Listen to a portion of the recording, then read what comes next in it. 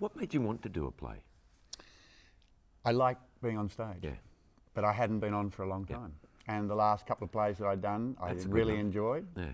but I just hadn't got Yeah. around it or found one or whatever, but I'd wanted to do one. I like playing Australian characters, and so I sort of look for something that resonates with me. I think, yeah, this is Australian. There's an energy about this or a life about it that makes sense to me. A few things I'd read that I'd said no to just went right, but I read this, and it's pretty much as soon as I read it, I knew that I was really interested. A new play is always attractive, but I like the humanness of his writing, the skill with his words. I was hanging to do I thought I'd be good to do a new Australian play. Basically that. And I didn't know what role or anything. I just got sent the play first up, and I thought, yeah, wouldn't mind playing the barmaid. Anything like that. But no, it's just the play, honestly. I did. I was very taken by the writer. Yeah, I loved rehearsing. You knew you were working. Yeah, I loved it. Boy, you knew you were. I certainly knew I was working because I was like, God, there's a lot of words here. Yeah, Get them down. And, I had earphones on in the car. I had earphones coming and going home. I'd sit down and go over it. Here we'd drive through the play and whatever.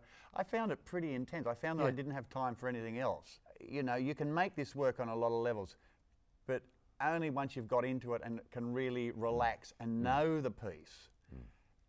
Suddenly you can slant something another way, or you can do something. There's another little way of approaching that. It's still the same truth, but and with less force than what you had to do. With less force, and things like that.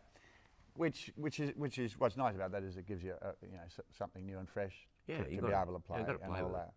We avoided it for as long as possible, and then they got a fight bloke in, and he thought, he looked at us and he thought, I don't know what I can do with him, get him into a clinch. But Bryan's 50 times stronger than me, so we worked the fight accordingly.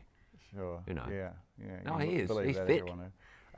But the thing is, we did avoid it for as long as possible because it's like, I didn't want to do it. Do we really have to do this I hate fight? doing choreographed But luckily, fights. we sort of, these two blokes ain't going to stand there and be James Bond. It's grapple and push and shove and bloody spit. And, as he says in the speech, We fight, we scratch, we kick, we bite. So, it's boom and bash and barge and throw and hurl and stuff like that. And at the end of it, we're meant to be exhausted, and by Christ, I am. And it's a farcical element in the play. The fight's farcical. And we don't play it for farcical, but it must be farcical is. watching the pair of us sort of tumble around. There are themes in there, not heavily laid on it, but there are themes in there about life and humanity and what we mean to each other and stuff like that. But there's some pretty bloody funny stuff in there, and some savagely funny stuff that will tickle sophisticated audiences. So an entertaining night. That's by God, that's what you want them to have. That's very important to me.